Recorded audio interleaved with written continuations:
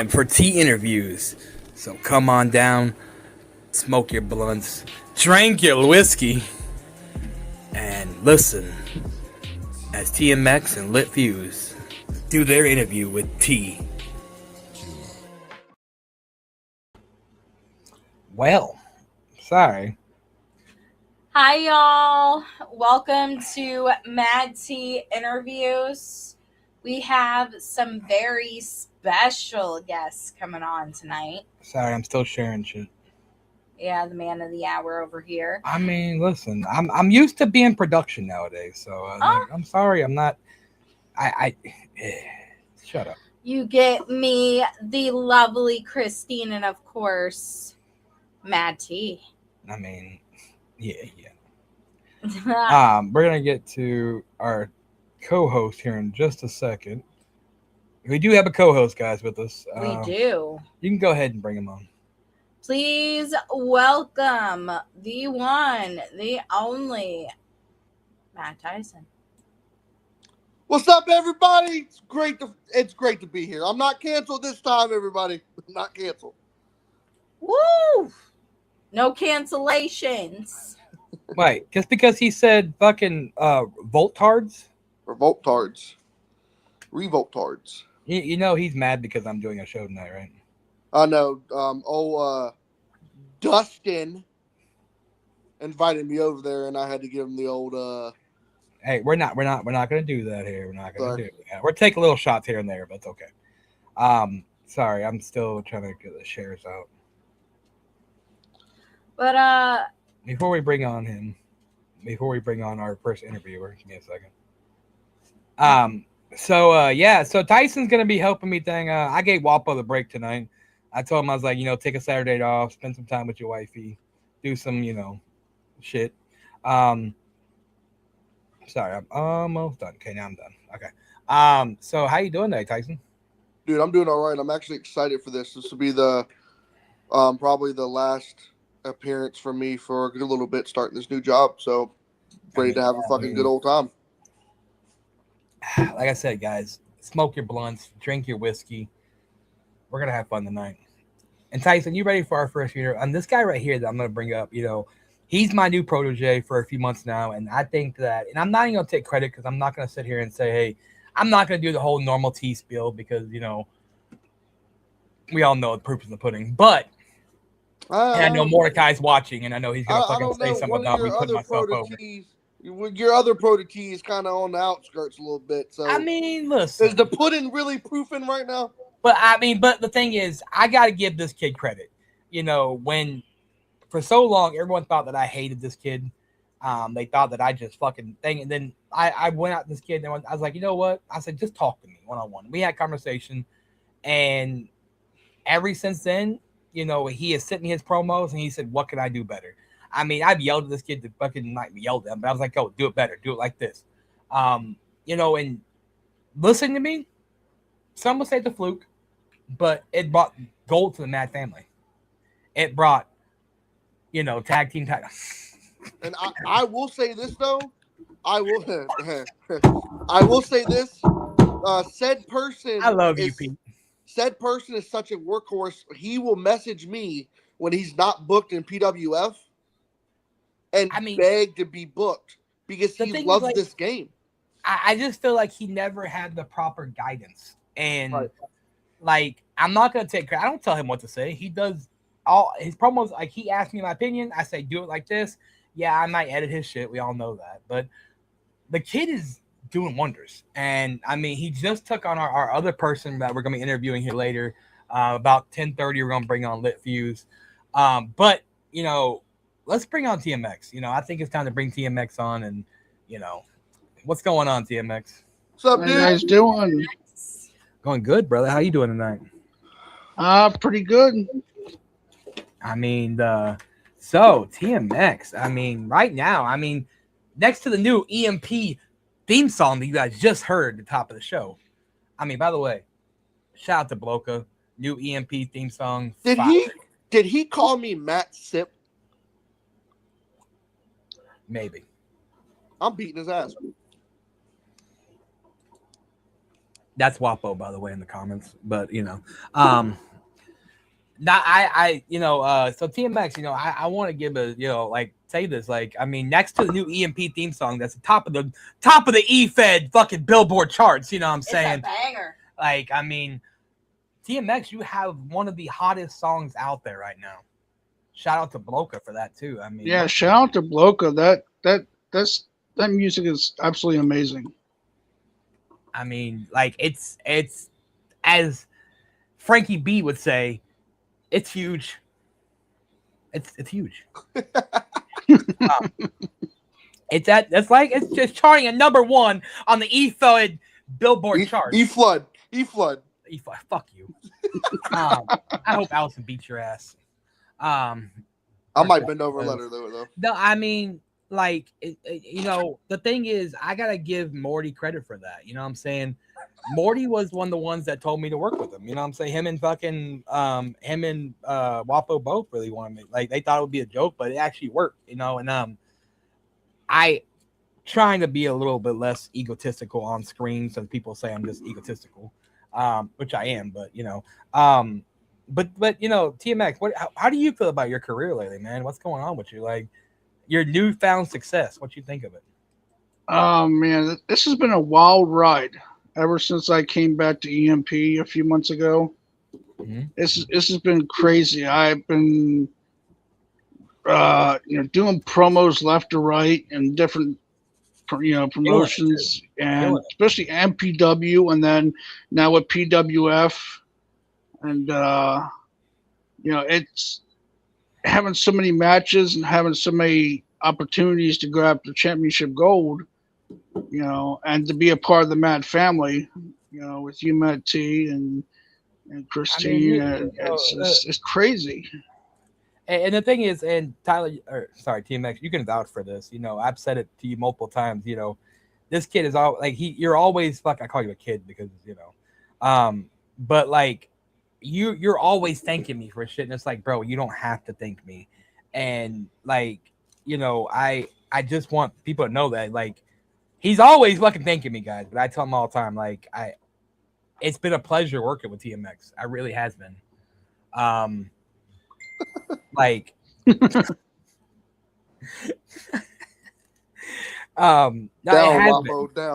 has been a pleasure working with you, like, TMX. Like, you, like, think about this, okay? Whenever your main place was SWA before, and yes. like, and then I'm not taking shots at SWA for anybody who says I'm taking shots. Everybody knows when T interviews happen, T says the fucking shit that no one else will say. But do you feel like that since coming back to EMP, you've actually hit your stride?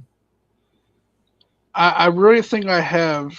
Currently over in the SWA, I'm their Heritage Champion right now, one of their top champions over there. But there's a lot of stuff going on with booking issues and stuff like that, and to schedule shows and stuff like that right now. With Scott and all them, and it's shout out to Scott West. Yes, shout out to Scott West. He helped me get into SWA very well, and DJB and all them, and Shady. Man, fuck DJB. Love you, Dan. T. But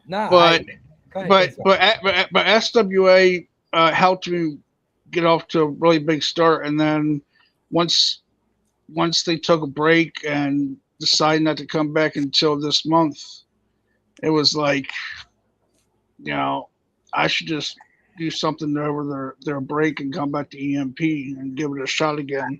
I mean, the thing is, like, TMX, like, a lot of people always thought that I hated you, and you thought I hated you. Yeah. So you actually had a conversation with me for years. Like, oh, he's not really a dick. I mean, he is, but he's. Shut up. So Tyson, you got something you ask him? Yeah. So for either the PWF side of things, I'm not under the circumstances that you wanted to, and I didn't want to either. But you getting placed in the main event against Kevin Wolf, one of your family members, what do you think that you're going to be able to do to bring the fight and beat Kevin this Thursday? Me and Kevin have a very long history, and it goes back to SWA as well. Me and Kevin fought over in SWA many times, and me and him, we've had ups and downs, talking to each other and stuff like that. But we've been really close friends lately. He wanted to become tag team partners with me, and that's being part of the tag team champions now in EMP. I mean, you just did defend the tag team championships at tag team MPW's Tag Team Chaos with Kevin Wolf. Yeah. And to face Kevin Wolf, it's always a privilege to face him every time. It's all respect, but it's just business. It's what I have to do to beat him, to see who really is the better man and who is really the better person in the Mad family. And this is the thing about TMX. I think he's gotten to the point where he still does ask me advice. Like when he came to me about Lit Fuse, and which I don't want to talk about that match yet because we're gonna get to when Lit Fuse gets here, because I want to I want you to hear from Lit Fuse himself how he felt about your promo. But like he came and he was like, what do I do versus Lit Fuse? And I told him, I was like, listen, I can fucking tangle with the best of them, as Bloke would say, tangle with a bison. I see you, bison. But Lit's up there. And I was like, I gave you some advice, but I was like, that's the thing about TMX. He sends me his promos and he knows I'm busy, so I don't always get to watch him every time. But like, I'll sit there and say, look, you should do this better like this. And he's gotten to the point where he don't even like really ask me that much. He still does, but he doesn't. And I think that's shown real growth, because this whole, like, you've always kind of been like that baby face in a way. And I feel like you kind of like joined the Mad family, kind of came out as, I'm this fucking dickhead and I'm going to be just like my mentor, an asshole. And it works for you. It does, because, I was a baby face for a long time, and then I wanted to, when I joined with you guys in the Mad family, I was like, okay, I'm going to just be a pure jackass and just go after, just talk shit about people. And every time I did a promo, just talk shit about the fans. Yeah, fuck you, Pete. Go ahead, Tyson. I will say this, and coming from doing a face and then going into a heel persona for the Mad family, you're that heel that anybody, and I've talked to Wapo about this as well, we can book you against another heel and you two work perfectly together. That doesn't happen much. Putting heel versus heel, there's always conflict in that. One accidentally turns a face, but you stay with that heel shit, and it works. And I'm proud of you for that, because not a lot of people, not a lot of heels can do that. Thank you. What the fuck? God damn it. I'll fix that. Anyways, I'll do it the other way. I mean, like, it. I don't want to sit here and say that it always comes down to someone turning face, because I mean, majority, I would say 90 to 95% of people in EFED world is a heel, because who doesn't like talking shit? Right. Oh, yeah. So I wouldn't say that it always comes to that, but I would say that there's been times, like, for instance, whenever I took on Haywood fucking literally just came off of fucking calling Dante a cocksucker.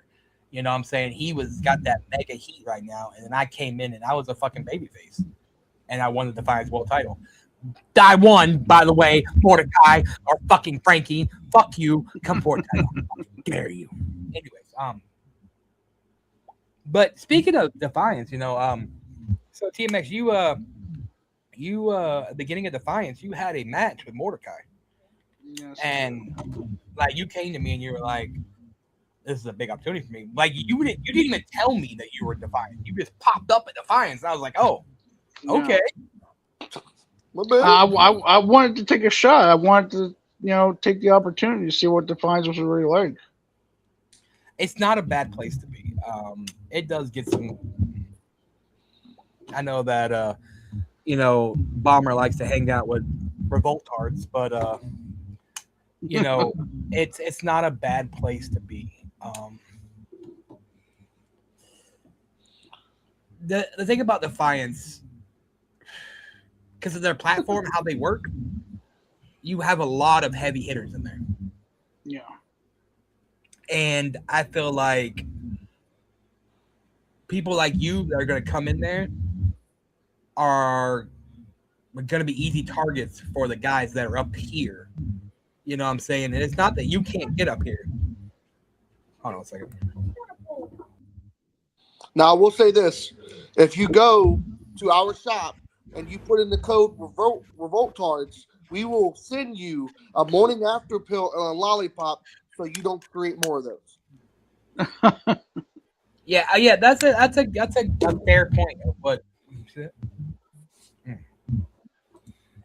right here, lower your I wanted to point out. Lower your camera a bit. That's great advice right there. Because all three of us here, except for as all three, me, you, and Tyson, we're bigger guys. So it's like if we're not showing more, I'm bad about it too.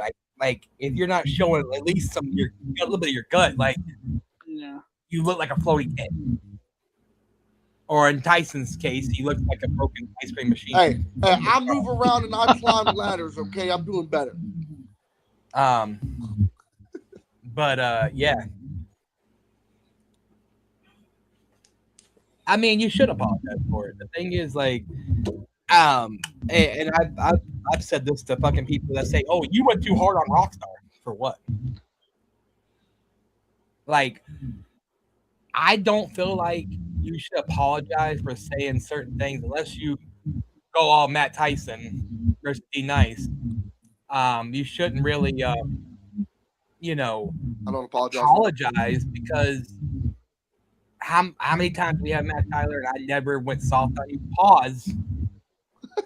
Hey, yo, pause. I gotta check myself here. What? But like, what I'm saying? Like, if you go easy, like, God, Jesus, like if you take it easy on somebody, like, to me, that's not giving them a fair shake. And I'm not famous for that. You know what I'm saying? I take it easy on a lot of people. If you ask Mordecai, he'll tell you I'm a bitch when I come to my promos lately. I don't want to fuck this motherfucker. Allison or Christine, you got anything you would like to ask TMX? Yes, TMX, you are in the match for the Fatal 4-Way elimination style for the Appreciate you. For the global championship. How do you feel going into that Fatal 4-Way? This is a big opportunity for me. Since I earned the spot in this match at Lethal Lockdown, and then gonna be facing Grim Taylor and Curse, and of course Matt Tyson. Yeah, but just call him a broken McDonald's ice cream machine. Yeah. How many laughs do you get off of that? Except Christine sitting beside you. She don't really laugh at my jokes. Right. So they're not good jokes. She just does it because she's my girl. Just because your girlfriend ChatGPT laughs at them doesn't mean they're funny. Hey, you leave me and my other side piece alone, okay? Hey, okay, switching gears. Sorry. But I feel really great. I feel really great going to this match. I was gonna say this, but I think shout out to VPW guys. If you haven't fucking watched VPW, check out VPW. They're always a good place to check out. You know what I'm saying? Veta has been doing wonders. They have been, and AWE. You know, what I'm saying they've been doing great over there. Dante, you know, over there. But yeah, check out VPW. Show support to them. You know, what I'm saying. Sorry, TMX. Go ahead. Oh yeah, I'm ready for this match. You know, come Lethal Lockdown. There's no disqualifications. It's elimination style match, and I will walk away as the first ever global champion. I can tell you that. I'm gonna bring everything I have into this match. I do want to say this live. TMX, in this match, I think me and you need to team up and take those two out, and then the final two be me and you, and show NPW what me and you can do. Ooh, thinking strategy. Okay. Strategy. Yeah, that's actually a good idea. I mean, the thing is, though, look, like TMX, you can't be siding with the enemy. You know he hates the Mad family. Not necessarily. Not necessarily. Listen. I Listen. maybe a little bit. I'm gonna put you onto something. After I fucking finish dealing with Beezy's little bitch ass, and if by fucking collision course, if you don't accept my offer, then you know what, Tyson? Maybe I'll fucking come to you. Maybe I'll give you that offer. Or maybe I'll just have to go put my boots on the boss's desk and put her in her place. I'm gonna be honest with you. Excuse yourself. The Mad Family. I wish you would. The Mad Family needs a bad motherfucker over there. It needs a problem to show everybody else. I who mean, the real problems are. Like, I mean, look, we all know that TMX has had some creepy moments. Okay, Havoc, but Stop it. you know, Stop it. you know, but like, the thing is when I made the Mad Family, I don't think people understood why I made the Mad Family the way I did. People think that I basically, so basically what I did with the Mad Family is, you know, the OGs that fell back, you know what I'm saying? It's not, we don't really do much of the OGs no more. And I kind of wanted to be able to say, you know what? These are the people around me that I want to help have the opportunity to get better. And I don't really call the Mad Family. People think the Mad Family is a faction. It's not really a faction. It's exactly what it is, a family. And I mean, look at TMX. I mean, I've taken TMX, I've helped out, worked on keeping him out of being creepy. First off, fucking Grayson. You know what, Grayson? You know what, Grayson? If you want, I will give you a special invite, Grayson. Yeah, you were 100% right, sis. You were 100% right. I appreciate the compliment earlier. Me and him have talked about that. He's really worked on calming stuff down. He's a little awkward. But Casey, don't even do it. You be fucking goggling eyes and fucking melt titties all the time. Don't even me. What the hell? Yeah, I don't know who the let me see. It's not my mic. I'm sitting at the house. Hold on, let me see. Let's see now. Yeah, Tyler, I think your mic's come unplugged or something. Make sure you redo your mic, Tyler. Part, but I'm gonna do this anyway. There, that sounds better now. Okay. So I didn't even. Okay. What was I saying? Oh yeah. So the Mad Family, like basically, I took TMX under my wing, helped him out. You know, Allison, of course, is there because Allison's basically the,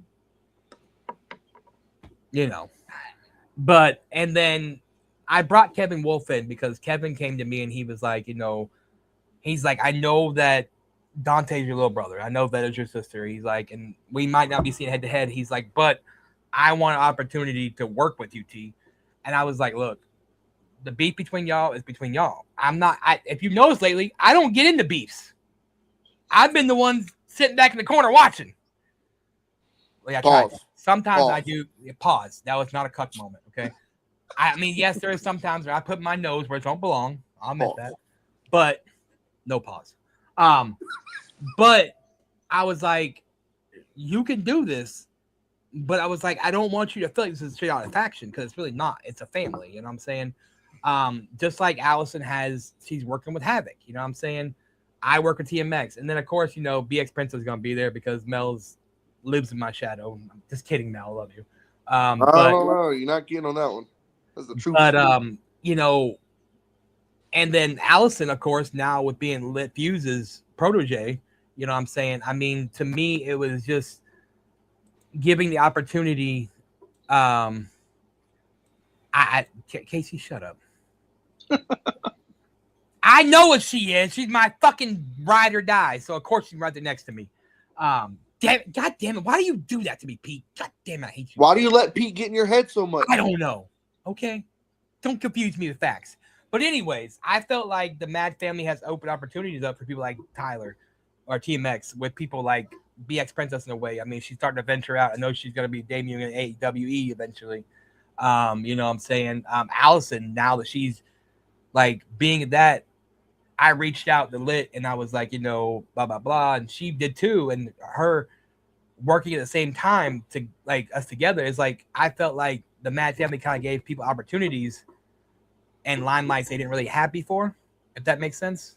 Right. And that's not me trying to stroke an ego. It's just, I know the reach that I have can get certain things reached for certain people. Unlike Tyson that can't even reach the G-spot of a woman, but that's besides the point. I have a question for TMX. Yeah. I'm gonna change the subject on that one because I certainly can't reach it. So no pause. I'm bring up the main event spot again. So with you being in the main event spot by me choosing you, do you see yourself as a main eventer in PWF? Where do you see yourself in that company? In PWF, I definitely see myself as a main eventer. I mean, I was in the main event against Lit Fuse for the Intercontinental Championship, and now I'm starting to become a main event player because it's where I've always wanted to be, is in the main event spot, whether it's for a title or if it's not for a title. I was always, for a long time, I was always at the beginning of a show, or I was on a pre-show spot or something like that, and that was a long time ago. But now being in the main event spot, it's changed my career very much. Okay. No, I mean and the thing is like, and me, I'm always a blunt ass person, and no pun intended.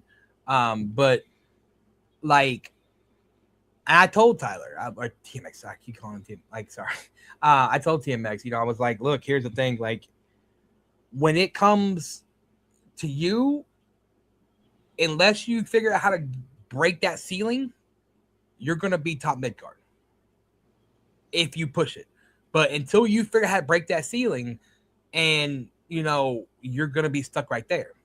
I think he's trying, and like and when Lit gets here, we're talk about your match with Lit, because like I didn't tell you this because I was planning on doing an interview and I wanted to say this in an interview. I was so proud of your promo versus Lit Fuse. You made me very proud of that. I had no help with that. You did on your own, and you went out there and you made me proud, and it was a good promo. Shit, I don't even know if I could beat Lit Fuse. I mean, and I don't admit that for many people. It was very tough. So I mean, like I like Lit Fuse said it himself. You know what I'm saying?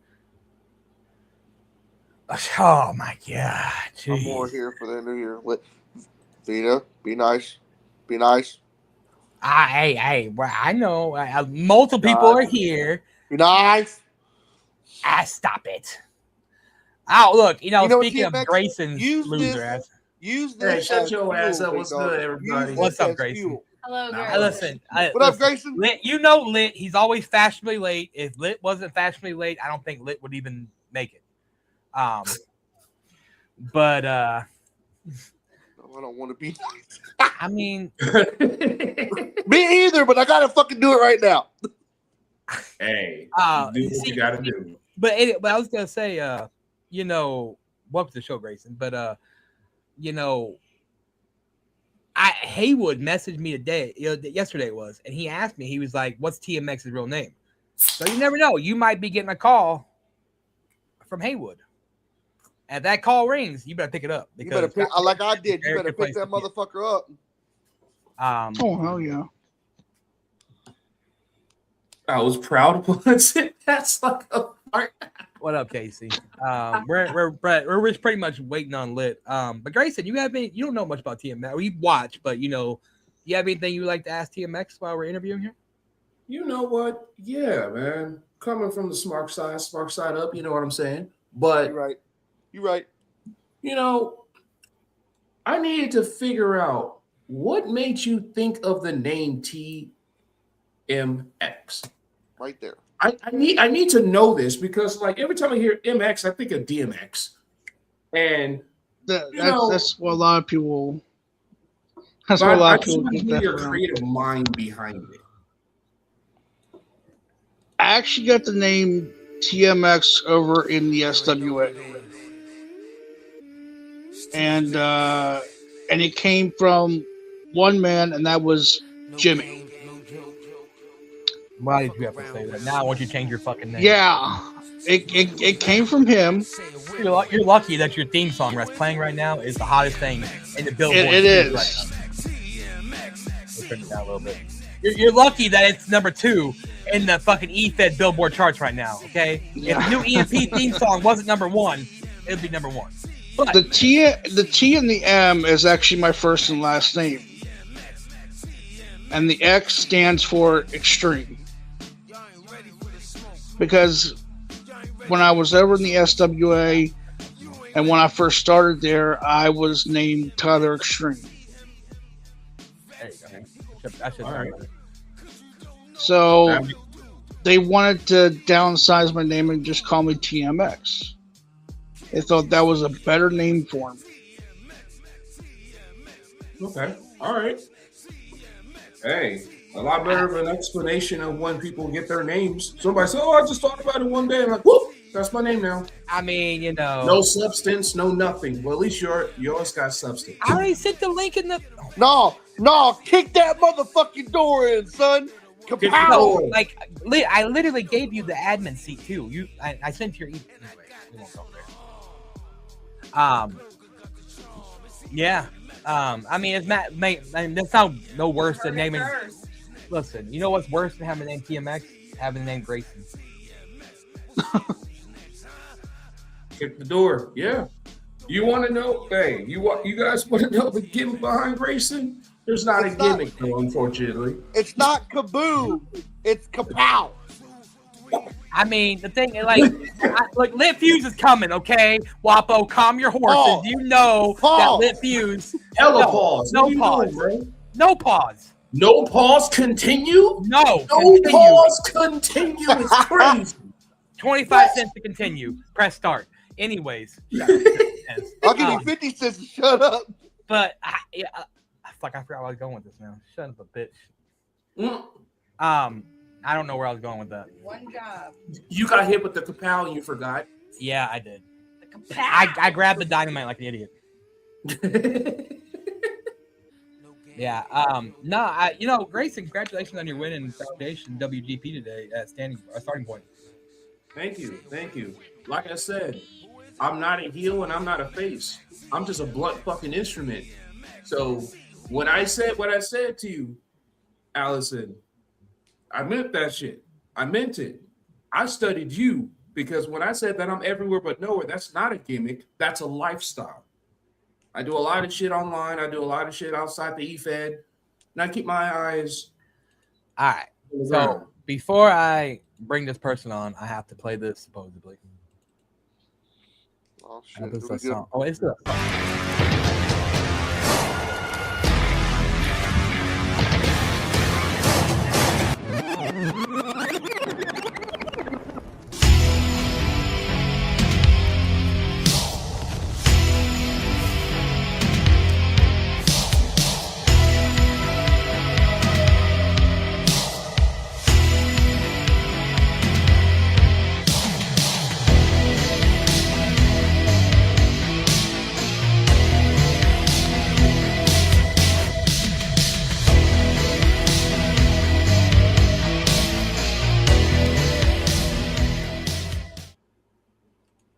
right, and it is. I think you should do that for every one of your interviews. Just play their intros. Listen, this is my second time doing an interview show again, so I'm working on stuff. Okay. I know. Anyway, And me and Allison feel betrayed because we didn't get that shit. Well, anyways, the moment you all been waiting for. No offense, DMX. But ladies and gentlemen, Lit Fuse or the Lit God. The Lit God is now on your motherfucking screens. Y'all know what it is. How? I mean, facts. Like, so Lit Fuse, TMX. Here, let me do this right here. Grayson's gonna be a special co-host tonight. You know what? I swear, morning. Anyway, so Lit Fuse, you just had a match with TMX here, and we talked about it a little bit. I want to know what you thought of that match. Man, honestly, it went exactly how I saw it going. But what I personally like to harp on is there's a lot of motherfuckers that won't even accept a match with me for whatever reason. But TMX stepped up to that fucking challenge, and for that, I do have to commend and respect that man 100%. He came up, he did his shit, he just ran into a fucking a terrible wall. I mean, that shit happens to a lot of motherfuckers, but it's a lot of motherfuckers that's not willing to run into that wall. I'm not doing it. Look at that. Already better than your mentor. I'm just saying, look, I don't. My thing is, like, I don't want to fight Lit Fuse because I don't know if I know the right approach to beat him, because I watch every Lit Fuse match I can. There's no right approach. Like, it's like shooting in the dark, dog. I mean, I'm just saying, like, because he come the same thing with Mac. Mac's the same way. Like, they come at you differently every time. You never know what version of you're going to get. I don't know. Lit's kind of better than Mac, though. Kinda. More better. Me and Grayson's not saying shit. I'll say it. I don't give a fuck. I feel like I'm unanimously better. I'm part of this bloodline, and I'm in between both of these niggas, and I'm like, no, I'm not even going to entertain jumping in between Mac and Fuse. That has been a feud before I even got into the EFED. That is a lifelong storyline. You're not in between anybody, Grayson. You are on WGP. See, that's why you're on WGP. Doesn't mean I'm not in between because I'm family. Oh yeah, maybe on the outside, but as far as in here, in this square circle that people like to say we in, you WGP. That means you're with me. Virtual square circle. Yeah, it's very bloody on my end, but hey, yo. Wait, Jesus Christ. Time out. That's not a pause. You see my background? Continue. No, that was possible, okay? No, it's not. Look at my background. It is bloody. That could have been you and your lover earlier fucking doing, like, possible moments. Jesus Christ. All right, reel it back in. In. Yeah, so Tyson, you had some questions for your new GM over in PWF. Okay, so yeah, one of the biggest questions that a lot of people are asking me, because they're afraid to message you, which is crazy. Is okay. What is going to be your approach to the PWF locker room when you finally introduce yourself? That's true. No comment. Y'all find out when y'all find out. Smart man. No further comments, Your Honor. Not blood. You don't know nothing about graphic design. No further design. questions, Your Honor.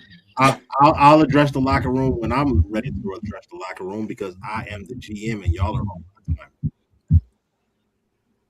I mean, that's a fair approch. I'll address y'all when it's time for me to address y'all. Keep your panties out of the bunch. You know what I'm saying? Like, y'all will be all right. I got you guys. I'll let you know. Yeah. Allison, you got any sorry, Christine, you got any questions you'd like to ask Lit Fuse? Of course. Lit Fuse, you have been on fire as of late, especially with how you have kept the Havoc Championship. what are your plans in the future when it comes to that championship? Well, first and foremost, as of late, is egregious. I've been on fire 95% of my career. I have 2 losses in a year and a half, year and 6 months, 7 months. I have 2 losses, and those were storyline losses where I shouldn't have even lost the matches. But that's neither here nor there. I've been on fire since the name Live Fuse became a thing.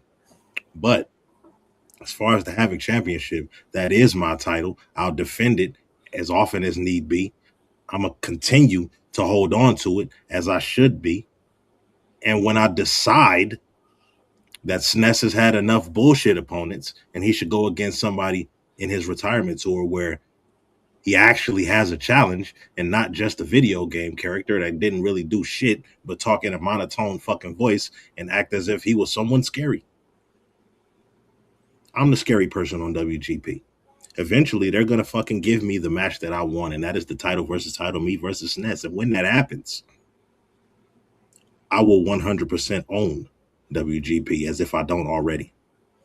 I mean, that's a fair point, and yes, Morty, I had questions lined up, but I'm trying to let my other kind of co-host help out a little bit here. That brings to me a question. So what happens if Wapo actually beats Snez this time? Would you like to have that match versus Wapo, or you just don't care who it is? Well, I really don't care who it is. That title is going where it belongs, and that's with me.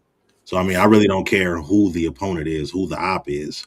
But to be fair, me and Wapo have a story to tell on our own because I have a 30-point win over Wapo that I'm pretty sure he's trying to get his get back on. So if he wants to grab that WGP title and put it on the line, as well as that, I'll put the 30-pointer on the line, and we'll see who comes out on top. I mean, it'll just be 1 point because 1 point Wapo is the real thing. You know what I'm saying? Oh man, that sucks. Well, I nothing against Snez, but I think that you versus Wapo would be a better match. it'd be a better draw. It'd be a whole better draw. That too. But I mean, that's a very good, that's a very good assessment because the thing is, like, I don't know, truthfully, right now in WGP, and nothing against, the people in WGP. I don't think there's anybody in WGP besides Wapo at the maximum that could beat you for the Havoc Championship. Nah, I think he should just I'll push back on that real quick, Grayson. I'll push back on that statement. The Master did, even though I did take him out unanimously as well. I forgot about the Master. Yeah. The Master did push me to my fucking limits, even though I broke those limits like I was Super Saiyan Vegeta or something like that. I went off on him. So, I mean, is what it is, was what it was. But I will give the Master his respect. He's definitely one of the top guys. Not the tippy top, but one of the top guys. He's somewhere very under me as far as WGP is concerned. Yeah, I would too, Veto. I agree with that comment. So, Grayson, what were you going to ask me? I was going to say, I think if anybody's going to do anything, because you've had the Havoc Championship as long as you have, Cuzzo, I think you should just trade that in for a title shot and then take it. Honestly. I mean, I may, and I'll actually go here. I feel like I did the wrong thing with the TYS title. I was so hyper focused on beating the record that I allowed them to take that title from me, and it is what it is. I don't think I'm going to make that mistake with the Havoc title. I don't need to beat the record. I'll take number 2. I'll make sure that nobody else is above me other than the person who has the highest reigning, the longest reigning. What Morty said, true. Yeah, but damn. Wait a minute. Morty's not fucking lying, man. Hey, I got thrown on WGP, so I don't even know what the fuck y'all talking about. I don't mind it. I don't mind it. I don't mind it at all because I'm still the type of person I am. It doesn't really matter if I'm on WGP Foundation or whatever the fuck. I'm literally everywhere. I'm literally fucking everywhere. So it doesn't matter what faction I'm in, what promotion I'm in. It doesn't fucking matter. I mean, the thing is, like, when it comes to the draft, I mean, the only people that he actually drafted that was really worth a damn was, I mean, the Master, of course. That was it. Black. Grayson was a good one to go WGP too. I mean, because the thing is, like, if you look at WGP and Tyson didn't get drafted, that's why I mentioned Tyson. If you look at the draft, I mean, he didn't really pick, but those people I named was the only ones he really picked that were worth a damn. And that's nothing against nobody over in WGP. That's not those names I mentioned, but Well, I wasn't even drafted. I went there because I just won the Havoc Championship. exactly. He was already there. Like I Okay. thought that you versus Allison was a really good match. I mean, too. that I right did there, too. like, she went out of her element and like she really started doing this creepy Allison again. And you know, I think that match really gave her that thing where it's like, okay, and now she's, you know, technically got your protege. She was definitely impressive. I'll give her that. Definitely. There are a lot of men in this game that I would say couldn't hold Allison Black's mic. No. I'll wouldn't say that. definitely give her that. Yeah. Like I had to, with our match, Allison, I had to break you down so fucking hard because I don't really have the time to be looking up people's information and shit. So I took the time to research you. I took the time to appear right after a watch along.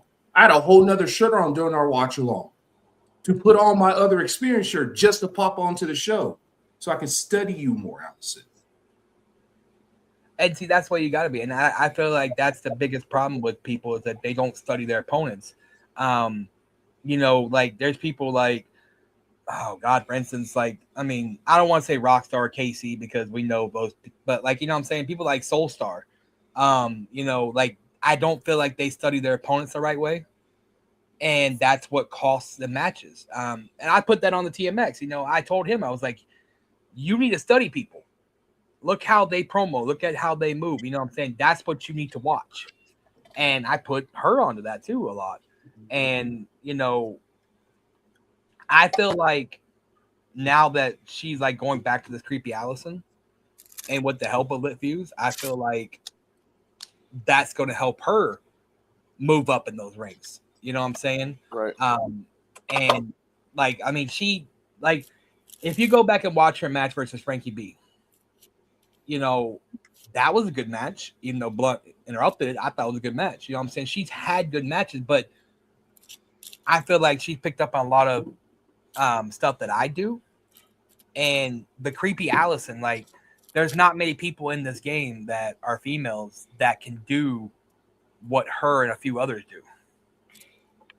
You know, Veta being one of them, like Dragon Queen being one of them. I mean, Dragon Queen's been around forever. She's been around forever. You know what I'm saying? Gypsy. Yes, gypsies. I mean, like these women, like, and Gypsy's the women's champion over at Elite Marks.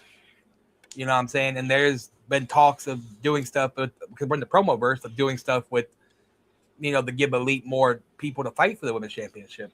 There's a bunch of stuff coming down the pipeline, you know, with the promo verse, but Go get it, Allison. yeah, I mean, that's what I said, that to me, a big match for the Elite women's championship would be Gypsy versus Allison, Veta versus Gypsy, or if one of them two Or won, even crazy, fatal four-way. Ooh. Fatal four-way. who'd you say? Ooh. Oh, Grace. Oh, I thought you said Grayson. I was like, did you just call yourself a woman? No. I'm not gonna lie. No, we already got too many of Fatal those. We four-way. already got too many of those. Stop it. I said fatal four-way. Shut up. That would be a banger match. Fatal four-way for that title. That would be crazy. I mean, that That's just a saying, like, women's and I revolution. think that Gypsy's the one that took the title off of Grace, because if I remember right, Grace had it, and then Gypsy took it off of Grace. If I remember right, I'm not totally sure, but I'm pretty sure that was what it was. But like, you know, I think that those four women that we just said right there, Grace, Allison, Veta, Gypsy, you know what I'm saying? Those are the four women right now in comp that like are out here doing, you know, fighting these people, like fighting these men that a lot of people think they couldn't have a chance versus. Right. You know what I'm saying? Right. And I think that, you know, with Allison took on Lit, I would love to see Lit versus Veta or Lit versus Gypsy. I mean, like, I think those would be big What? matches. Why do you want that? Because I'm a Lit Fuse Mark. You know this. You're my favorite promo. Jesus Christ. I'm not a woman beater, bro. Like, stop trying to put me in all these fucking matches with Yo. women. Like, stop that. You're not gonna stigmatize me in EFED, bro. I'm gonna piggyback off of what T said. A lot of men in the EFED You're not think wrong. that when you go against a female, it's always got to be the men are superior. We're set it up. These fucking female that are in this EFED shit doing this are showing these men that they are either equal or better than half these men, creativity wise and wordplay wise. I mean, all four of those women I just said could beat your ass with ease. Watch it. Tread Watch it. lightly. They know you can't hit the spot, so Wow. Wow. Tread lightly. Wow. Wow. Just because I ain't got no neck don't mean that, okay? Oh yeah. Morty, no one disputed because it's not wrong. Tits definitely equal witch. it's not. If you got big ass titties, you a witch for I sure. know. I figured he did. For sure. I mean that's not a fact though.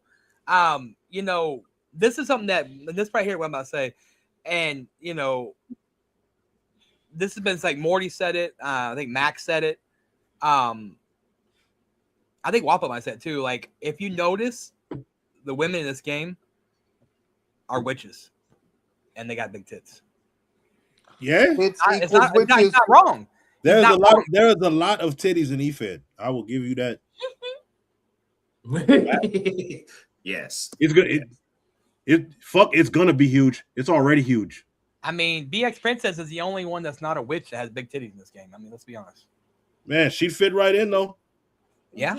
She fits the description. She fits the description. Give her a witch gimmick. Put some face paint on. You know what I'm saying? Give her a witch's hat. Get your proof. Instead of BX Princess, Did all she's go BX full blown Witchy. hocus pocus. Full blown hocus pocus in this mug. Exactly.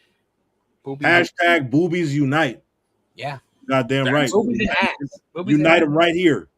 Hey, I think I might need a link. I think I might need a graphic for that. Who wants a graphic for Boobies United from Grayson Lee Look, Experience? TMX Who wants are like, that? I'm not Because I'll saying do nothing it. because look, Hey, I'll TMX do is staying quiet because he already knows he already has creepy claims, so Now, he's just gonna shut the fuck I up. That's do- not I even do me being have- creepy. I'm just saying that's a T-shirt. No, not you, but TMX has done some creepy stuff. So Now Yeah. I have one more big question for Lit. I love you, buddy, but you do that.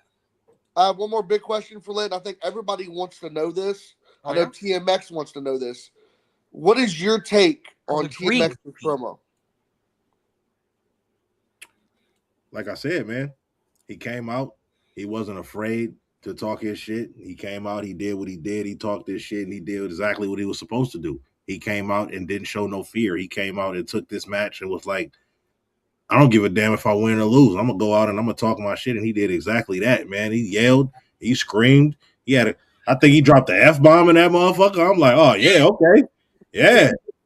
Yeah, this is what the fuck I want to see. I don't want to be bored and falling asleep waiting on my promo to play.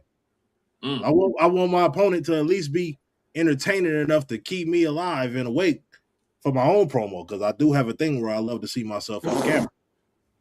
So I wait for my promo and I watch it entirely and thoroughly, like I haven't watched it 40 times already after making it and sending it in. So I mean, it's a thing.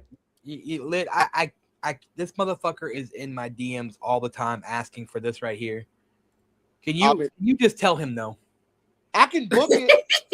I can book it, but it's going to be a rough match. But I can book it. Like, I don't want to make you the vegetable beater next, so. Whoa. Not the vegetable beater. Jesus, go. That is not even, as I'm going to tap into R2. I don't even think that's We about to be canceled again. Put Venus comment up. I don't even think that's PG.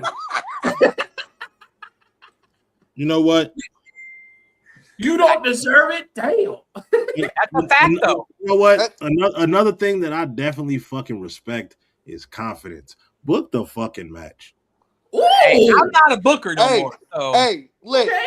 do you Okay. want it? Do you want it at the pay-per-view in April? Yeah, book the match. I'm fucking. Hold on, let me get my handy dandy. I am not one to deny to people what they fucking And look want. the book. Get Look that the man a book. match. Book.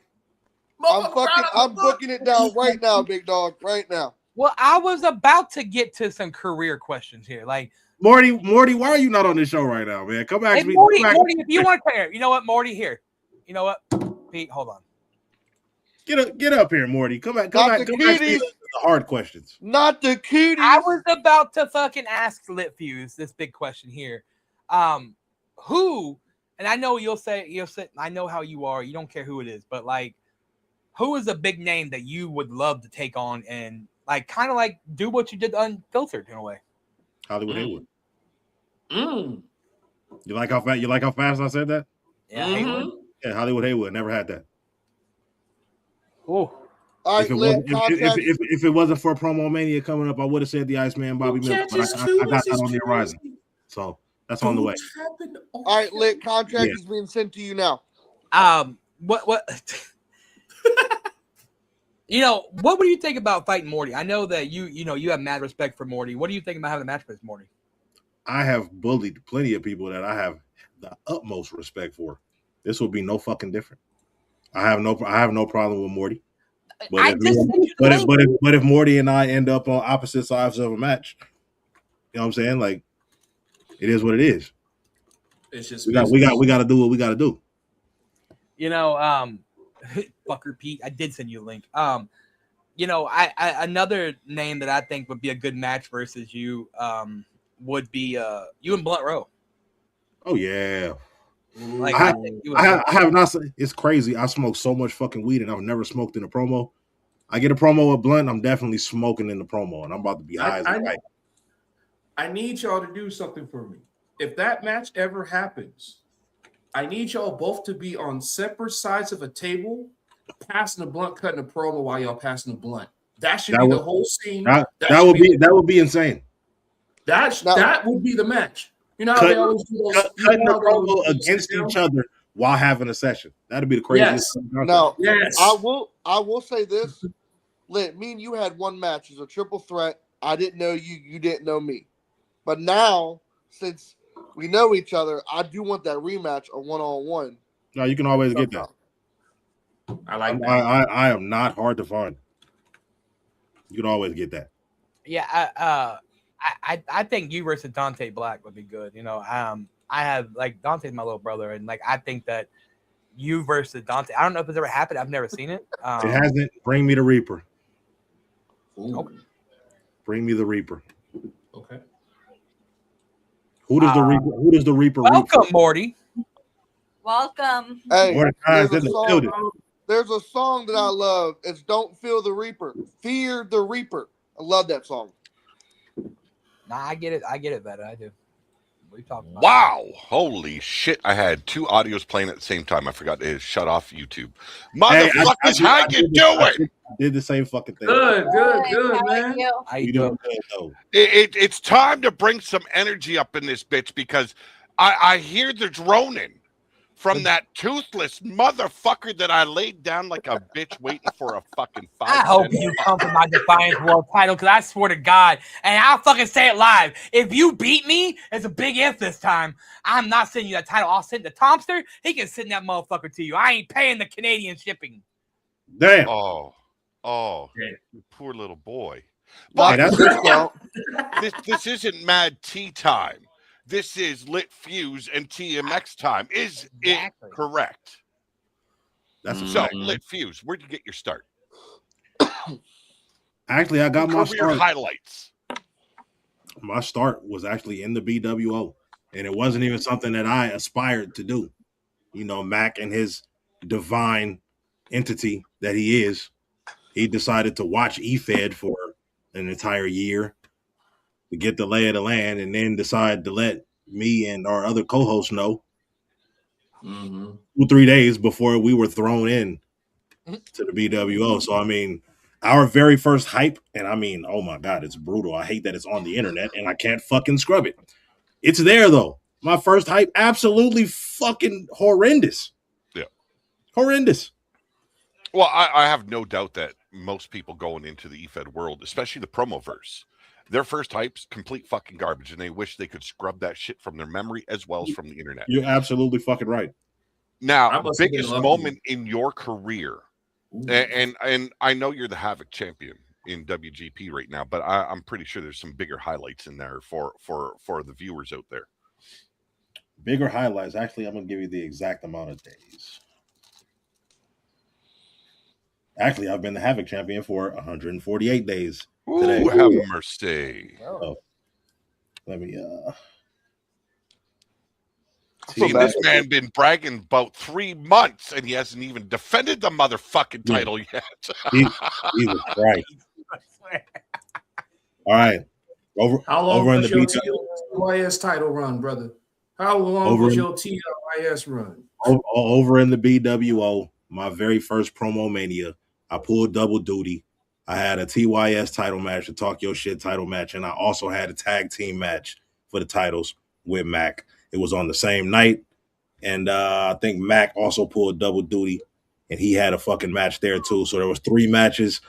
Me and him were in every match, whether it was one of us. Son of a bitch. So we swept. I left with the Talk Your Shit title. We left with the tag team titles, and this was the second time now. And Mac won his match. So they coined it Smarkamania. Promo Mania was Smarkamania last year. But that is where I won the Talk Your Shit title, and I held that title for 200 and I believe 36 days. Motherfuck! Holy shit! 236 days, and I'll let you in on a little secret. The BWO doesn't like to have talent that they believe is world championship talent in their mid card. So once they get too big for that title, they're taking it. But the champion that held it for the longest reigning, they waited a little too long for him. So he held that motherfucker for like a year and a month before they finally got the memo. So they finally took that off me. I got a match against a BWO, pretty much. He's soon to be Hall of Famer at Promo Mania this year. But biggest moments was probably winning that Talk Your Shit championship, because I won 2 titles in the same night, and I was a double champ for, I can't even tell you how many days, majority of that. But then me and Mac also went over to the Foundation WGP side, and we won those tag team titles. So there was 100 days where me and Mac had the tag team titles for the BWO, WGP, and the Foundation. We're the only tag team to ever do that in the Promoverse. Yeah, that is an awesome accomplishment. Now, I'm going to go from the GM perspective for the Foundation here. Now, when I seen the list of contenders on there, number 1, and this was solely because I watched the Gingerbread House of Thunder. Oh, yeah. Mac Millie had to be my number 1 draft. But another man was on that list, and that was you. And I couldn't draft you because you were the Havoc champion, which really fucking sucked on my for me. But you're looking up and down the roster of Foundation, and then you compare it to WGP. I want your honest opinion. What do you think was going through the mind of the WGP GM to allow such a lackluster roster be formed for WGP? Because you guys are getting smoked right now in the points. I think he was Eric Bischoff, but not WCW Eric Bischoff, WWE Eric Bischoff. That makes sense. I'm saying, like, I feel like he didn't really have a list of people that he wanted to draft or whatever, so he just went just based on who he knew was in the draft. Of course, he was going to draft Snets first, which was crazy. Yeah, I was like blown away, especially after I found out, because I didn't know who Snets was. Like, I knew very little about Foundation or WGP before I took the job as a GM. And when Haywood piped up after he drafted, he goes, "Are you sure you want to draft yourself?" And I'm like, "What the fuck are you doing drafting yourself?" Man, Like I couldn't believe it. My mind was blown, and I left. And this is before the unfiltered went pay to play. I left unfiltered on the board. That should have been his number one pick from everyone that was on the list. That should have been his number one draft pick. And he drafted himself? Or AT. I would say more so AT, because looking at hindsight of where we are now, picking the unfiltered might have been the fucking worst pick you could have ever picked. Like, not because he's not a great talent, but because he's going pay to play and everybody's not willing to pay. Now, you recently accepted a GM role, and that was for Powerhouse Wrestling Federation, I do believe. Yes, it was. Yes. So, what's your plans leading up now as the acting GM? Like, what changes can we expect from Powerhouse Wrestling Federation? Being the active GM gives me power that I was never given before. The power that I don't really have as far as WGP. I can't get the roster to do anything. I'm only one man. If the roster wants to turn in late, they're going to turn in late. If the roster wants to do this and run their careers into the ground because they don't really care about this, then there's nothing I can really do about this. But as far as PWF, I'm the GM here. You're going to be good or you're going to be punished. It's that simple. I'm not taking any fucking dialed in promos. If you come in here and act like you didn't want to be here, your very next match will be against me. Give 100% or suffer the consequences. I actually like that. You will give your all, or I will fucking embarrass you. No.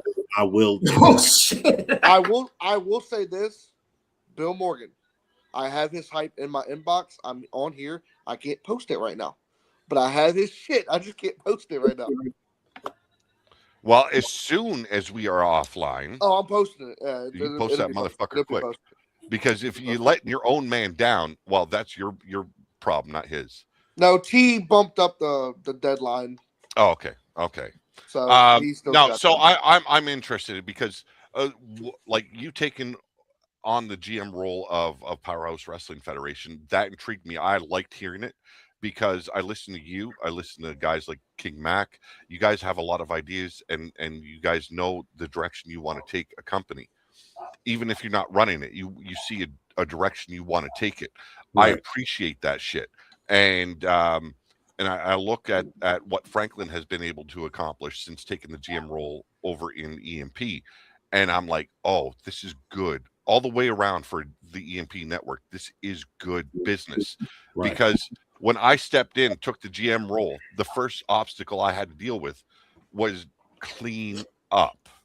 And like, let's not mince words here, T. Your shit was trash.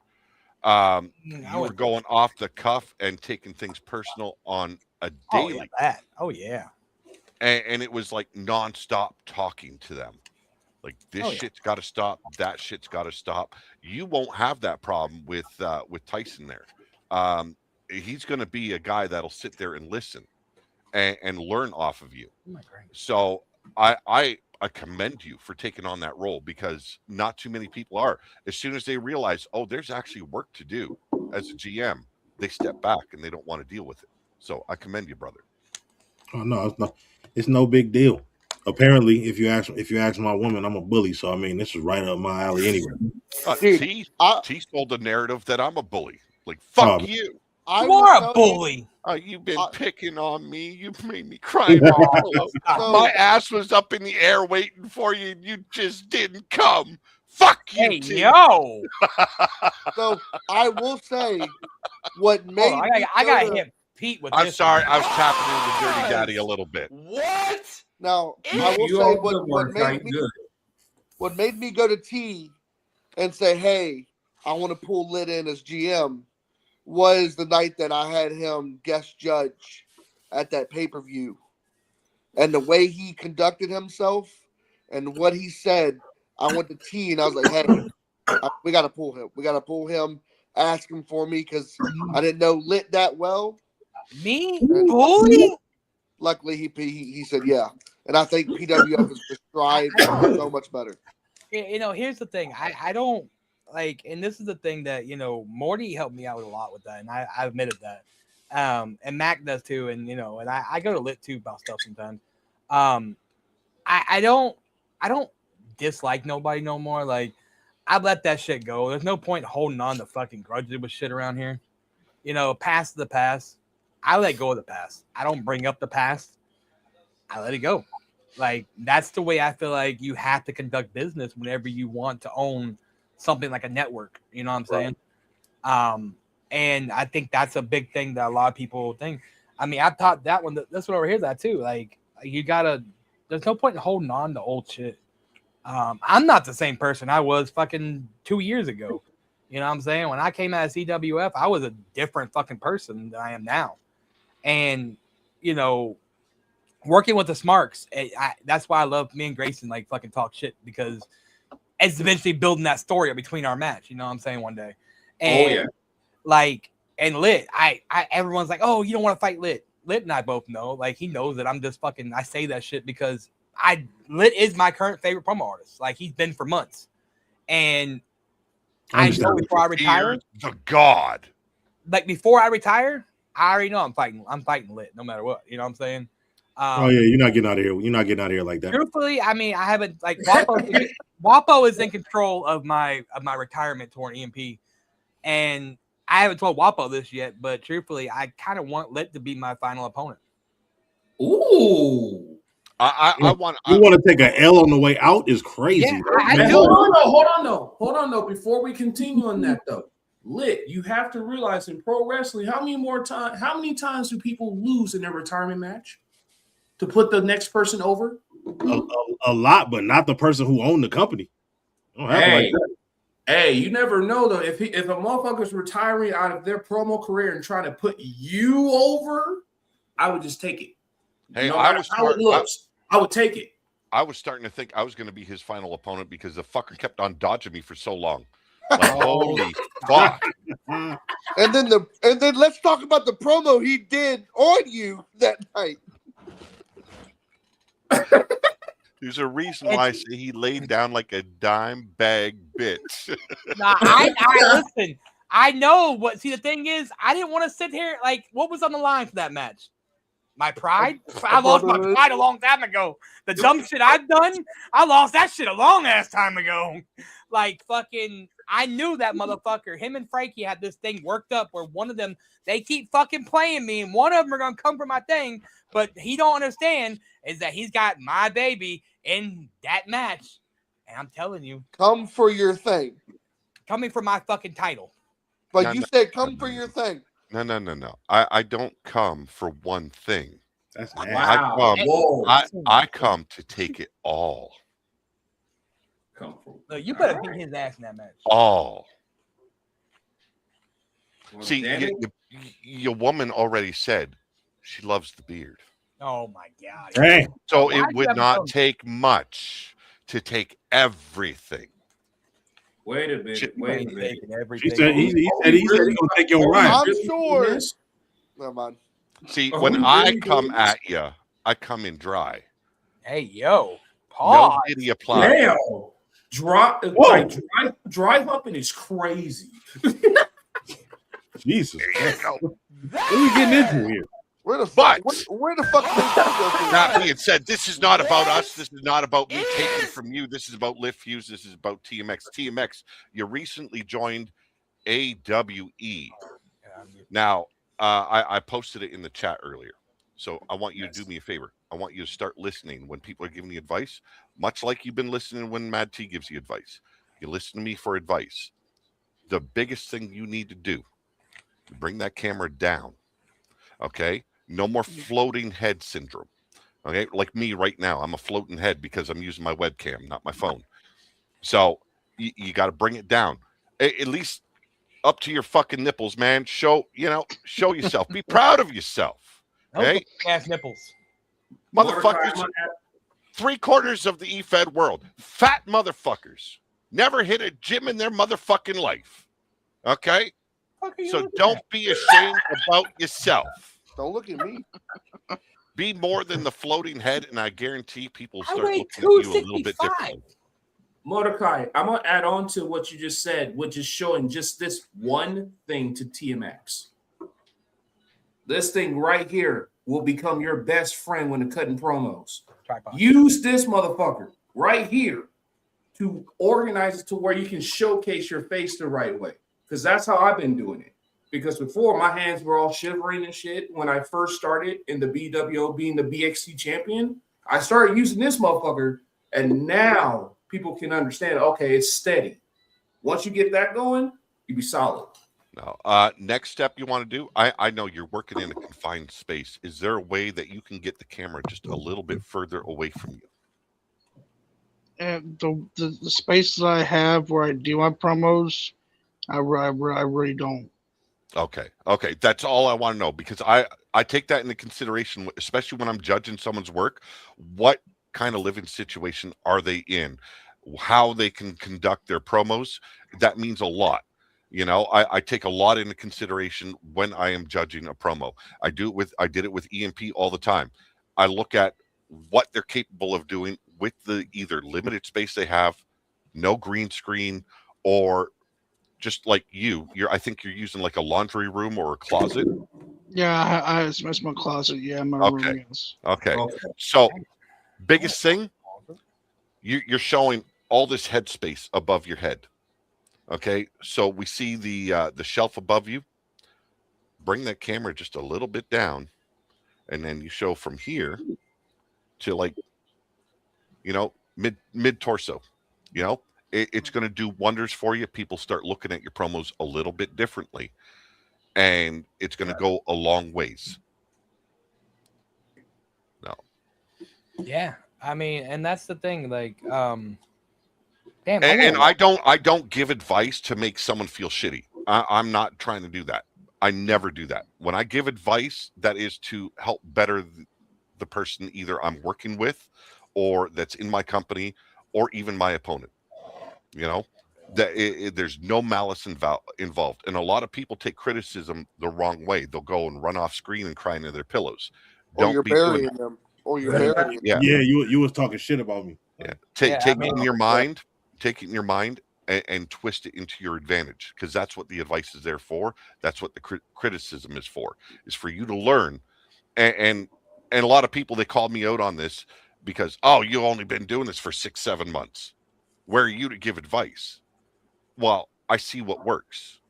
I might not be able to apply it all the time to my craft, but I can always point that out for someone else and say, hey, if you did this, you did that, or you cut this shit out, boom, you'd pick up a little bit more. You know, so it's advice. If you take it, you take it. If you don't, that's on you. But the advice has been given, and it's been given generously, and hopefully I see it in your promo work. Oh yes, definitely. No, I don't have to give any fucking advice to Lit Fuse, except for maybe don't always go and take the opacity down so you look like a ghost. Someone said it. Thank you, Mordecai. Someone said it. I know why you said it, and it's because of what Max said. He thinks that I turn the opacity down to hide when my green screen glitches out or whatever. But I've actually learned that my style of promo and what I'm actually doing, I don't need a green screen. I use a black screen, so there's no chance of me what I'm wearing completely different from the black on that screen. So I never glitch out. I use the opacity like that because I like to blend in to my environment as far as the background, because it's moving and I want you to see everything behind me. My logo, my branding is behind me, so I don't want to be standing here and covering a third of that, and you only see what's on the left and what's on the right. It took me a long time to get those graphics that I got a lot of graphics that I've worked on today for a specific match, and I got more matches coming up. See, I did the same with some of my promos, and I got shit on so hard by the judges, and it's like, okay, I'm gonna stop doing that.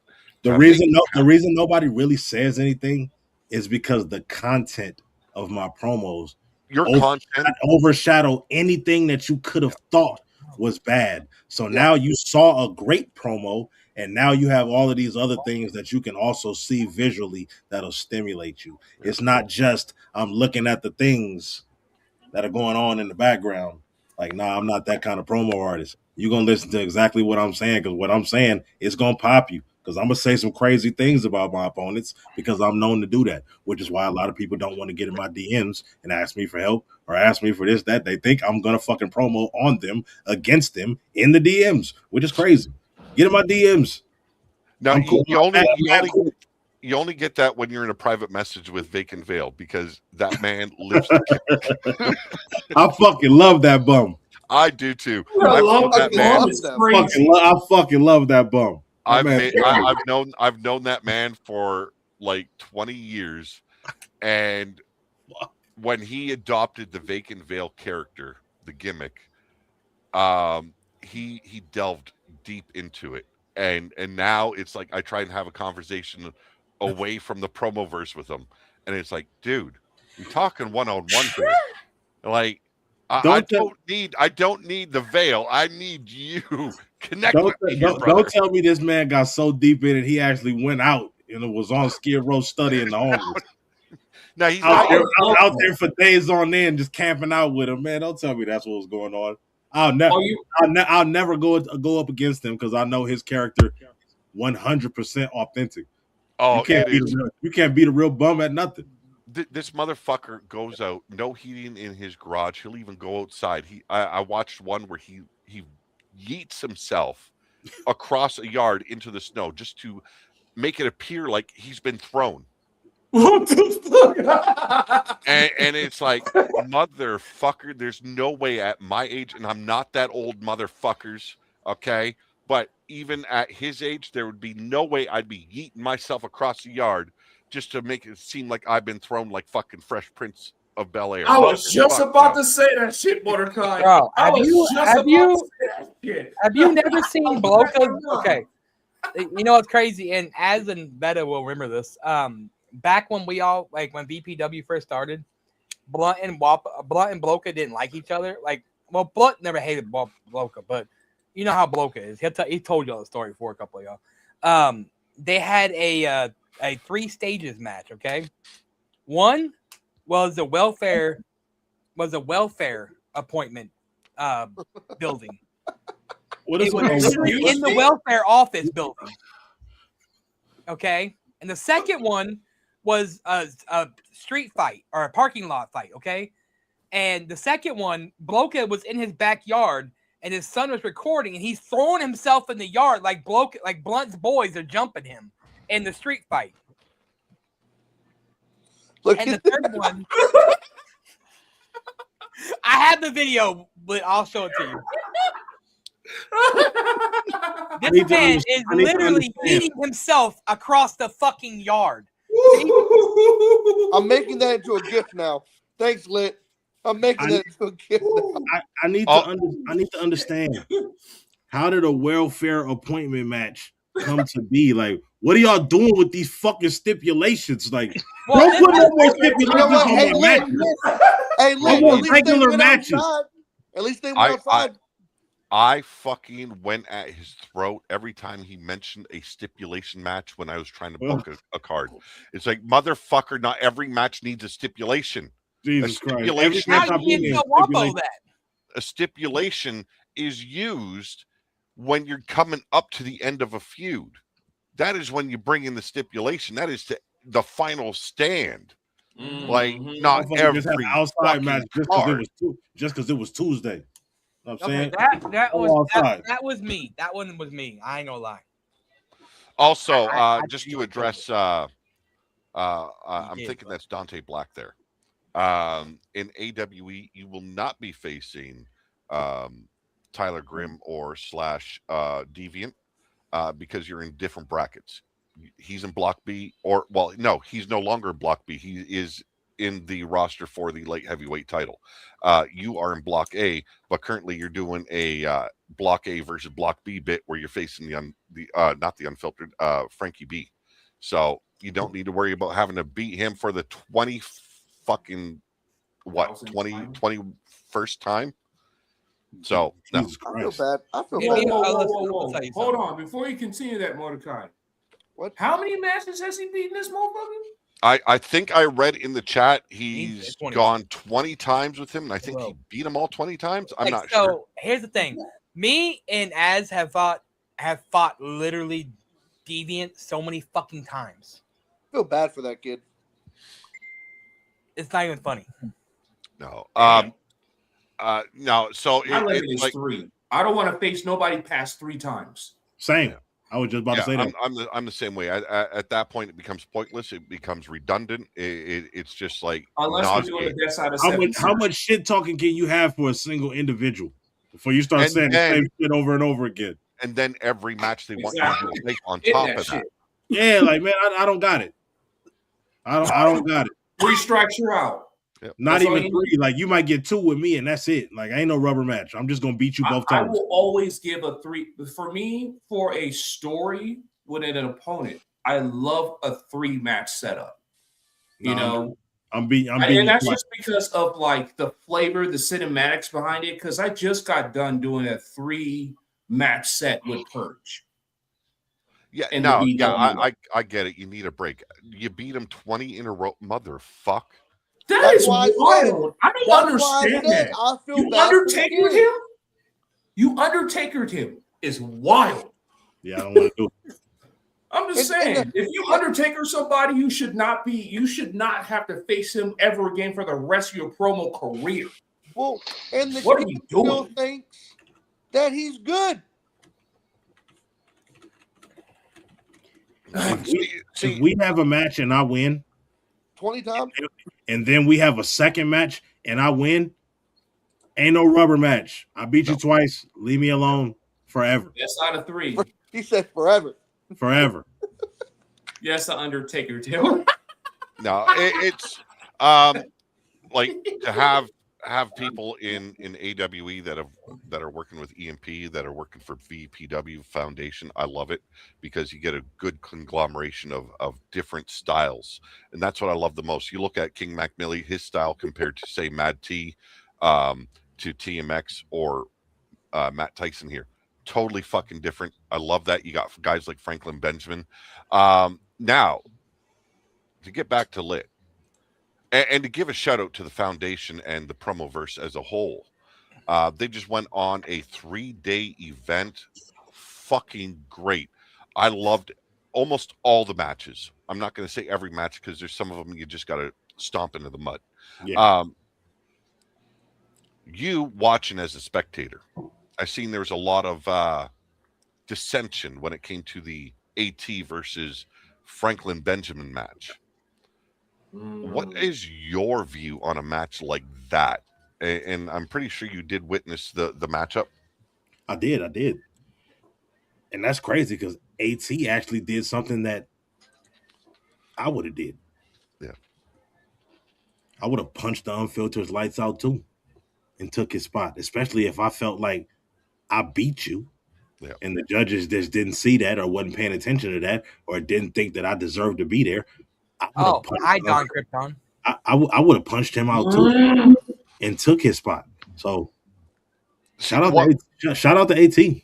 To me, what Shout happened AT all the way. afterwards, though, the match itself, the promo battle between AT and Franklin Benjamin, from my point of view, I heard the passion and just that want to continue his reign from Franklin Benjamin. And then AT, he had a lot to say. He definitely fucking did, and it wasn't no filler. Like, no, the problem was there was no inflection, there's no tone, there's no threat. That's what it seemed like to me, you know? Like it was a little bit too even keel instead of amping it up where he needed to make it threatening. It was kind of just this same tone. Yeah. I could understand that being who I am and knowing how I do promos, and I definitely have things I'm fucking threatening. I watch you, and when you start threatening a motherfucker, you feel it. Yeah. You know, and to me, that's what was missing out of his promo. You just did this diabolical thing to the guy that left the champ hanging, and then you come in, and that heat isn't there with you. There should have been so much heat. That adrenaline should have been pumping in AT. You know, it was all about making a statement with the Unfiltered, but he failed to continue that statement in my eyes. I look at it on the other side of the spectrum. I'm looking at the content itself. Yeah, I feel like the information was the threat.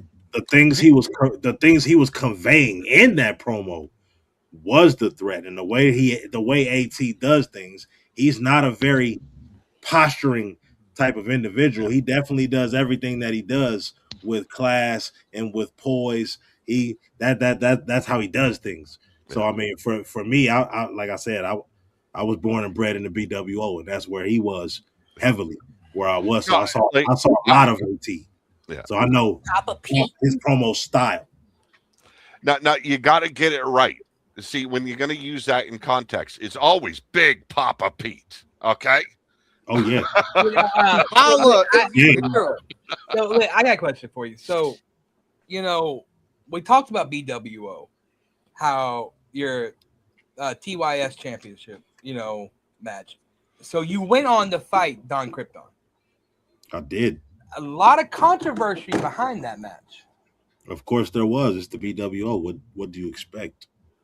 I mean, I feel like that's in general with Don versus the Smarks in general, because you have to keep my point I was getting at. Because you have to keep in mind all three of us faced Don for the world championship at one point, which is great. Which is crazy to fucking see. And all three of us beat him. Let me just put it that way: all three of us have beat Don, but because of the story, he kept the title. But the thing is, like, I will give this right here. He cut the best promo I've ever seen Don Krypton cut versus you. He had to. He had no choice. It was either cut the best promo of your life or fucking lose. Yeah. Because I wasn't going to play. I never do.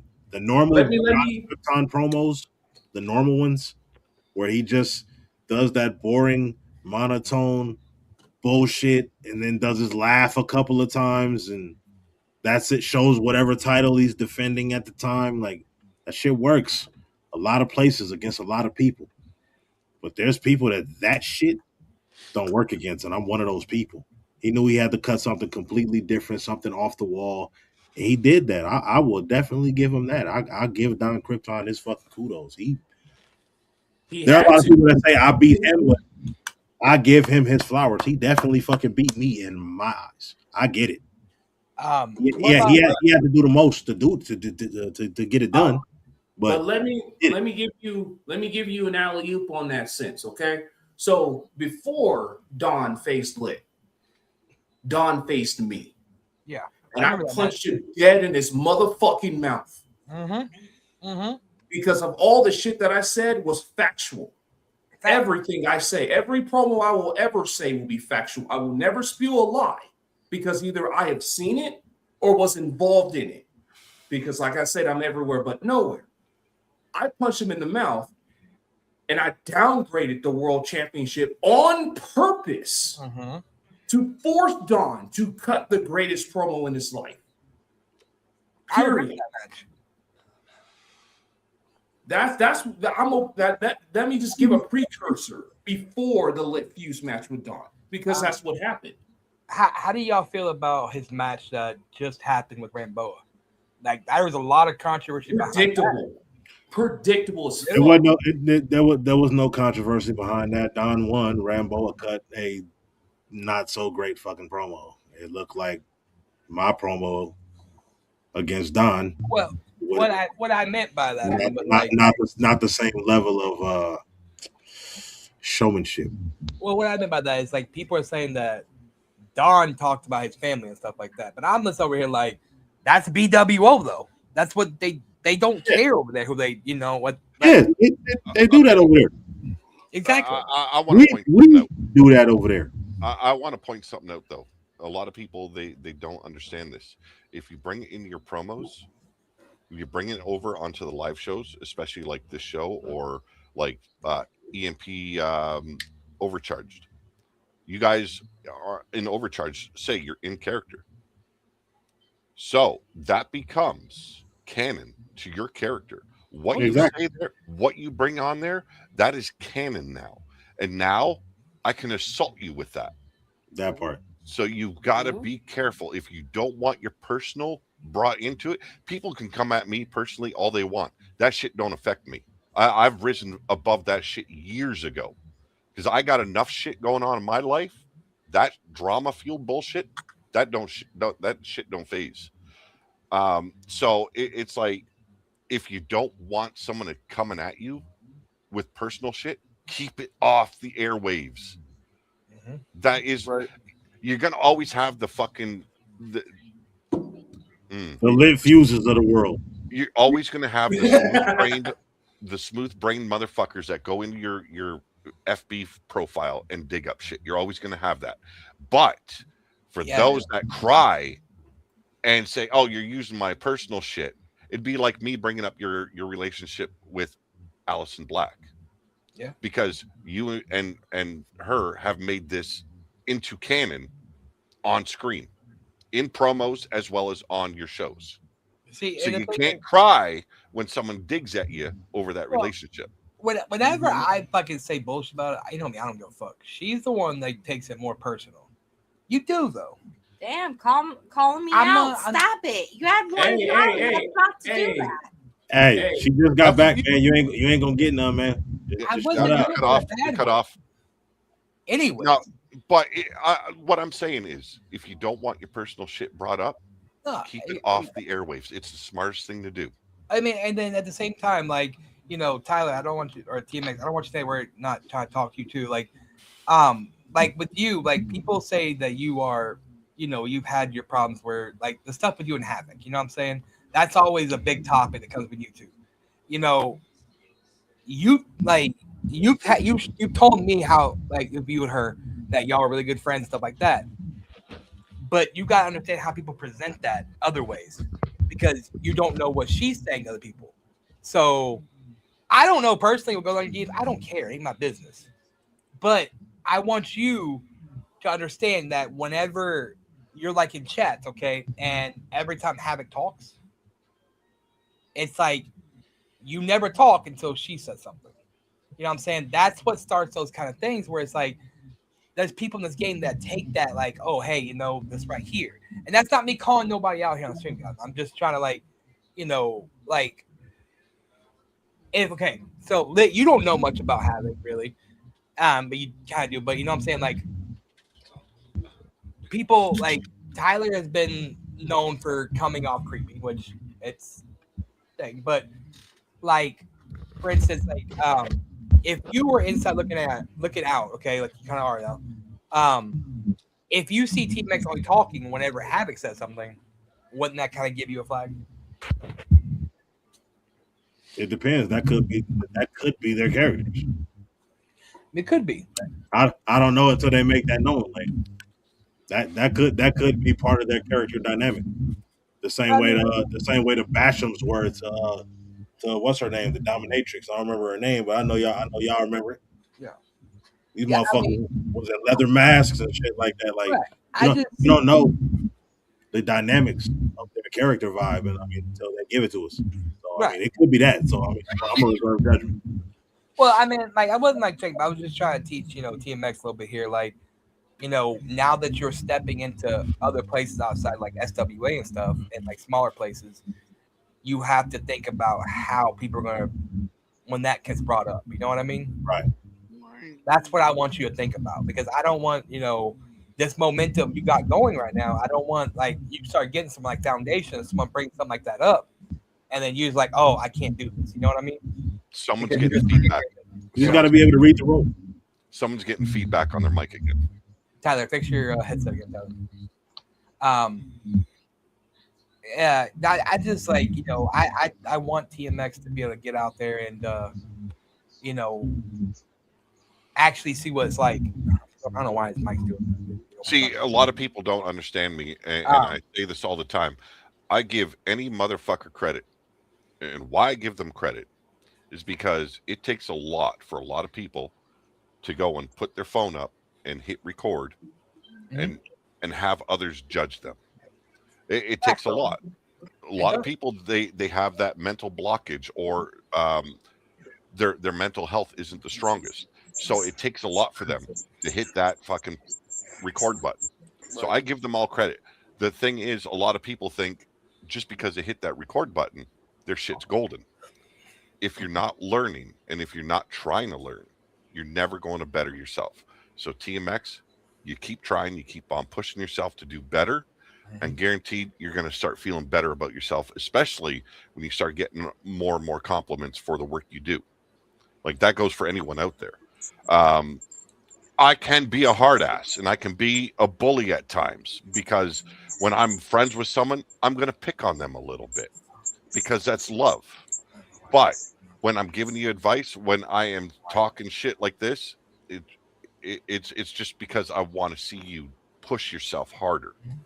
Because without that push, you're going to stay in the same zone and no one's going to give you the respect because you're not earning it.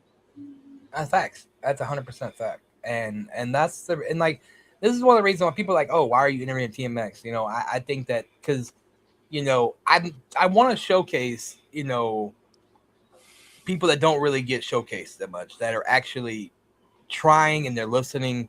You know, that's why I interviewed Matt Tyson and Allison Black the first time I did my interview show. And I wanted to bring on someone like Lit. That when do you ever see Lit Fuse do interviews where, you know, you could sit down and learn Lit Fuse outside the, you know, besides being on the Smarks podcast, you know. By the way, shout out to the Smarks podcast. You know, the only one. You're welcome. And we appreciate that. You know what I'm saying? I'm so grateful to be able to work with the Smarks like we do because y'all are some great talents. I'm just waiting for Grayson to pop up in EMP eventually. You know what I'm saying? And or Powerhouse. You know what I mean? I was gonna say or PWF. Like, Hey, yeah, maybe MPW. But I know one. I'll say it right now. I'm currently right now the #1 contender for the BWO Pure Shooter Championship. Depending on what happens with that, it'll tell you whether or not I could be able to do other things. So I'll keep that a buck because that's a match that's coming up pretty soon. I mean, I know this one would love for you, even though, and I know like some people don't like doing storyline companies. I think it's fun because it gives you a chance to practice your storytelling, and it's just like speaking of storytelling, look at people like Iron Bison. That man's a storyteller. Zangief. Oh, fucking right! That picture of him, man. That's the first thing That off my head. motherfucker is a bison. What do you mean? I mean, like, hold on, at least I still got it. Who's okay? I gotta ask this question. Who's Motherfucker is bigger? a bison. Look at him. Who's bigger, Iron Bison or that one fan from Florida during the freaking NCAA tournament game? Bison. Bison's bigger than that dude. Like, who's like? Do you guys not know about that fan from Florida that was joked the fuck up? I've seen him, but I don't know who he is. I've seen a picture of him. I'm just trying to see who's bigger, him or Bison. I don't know. I think that's an old, like a couple years old picture of Bison. I don't think he still as buff as he was, but I want to get back to Lit here. You've been competing in EMP for a bit now. Am I correct? Are you the Intercontinental Champion? Yeah. Okay. Wow, for a fucking while, because ain't nobody gonna take it off of him. Never. Well, I mean, I know Mac Millie has this opportunity to cash in within a year. Why the fuck is this man sitting with a mid-card title? And you're no, you're not the booker anymore. I'll take that off the table. I'm not gonna blame you anymore. Wapo! The fuck? I don't think he's watching. clip I that. don't know what's going on. Man. Like everybody, yes, sir. I think I've been typecast in the eFed world. Like they see me as the bully. They're gonna get the views that they've never gotten before by having me completely obliterate their lower tier talent. That's my job here in all these eFeds, apparently. Well, what I want to start seeing from EMP now that Franklin Benjamin is a GM there and he's working alongside Wapo and Blunt is to pick up the competition a little bit. I seen one too many times, and T, you can attest to this because you made me book matches like this. Hey, put Rockstar against Franklin Benjamin. What? What? Fuck. What the fuck?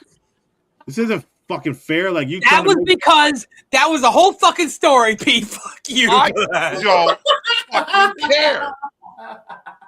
You single-handedly made sure that Franklin Benjamin does not make it to heaven by booking him in that fucking match.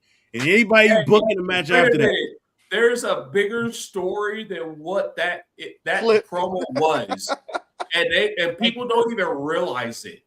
It's so good. It's such a multi-dimensional fucking story between them. But no, see, the thing is, like, I was so flabbergasted. Like, I'd have all these ideas, I'd get them ready, and then this motherfucker. Oh, hey, I promised this guy a match, and it's for the title. It's like, what the fuck are you doing? okay, so What did you just ruined my entire card? I had this plan, I had that plan. Oh, that don't matter though.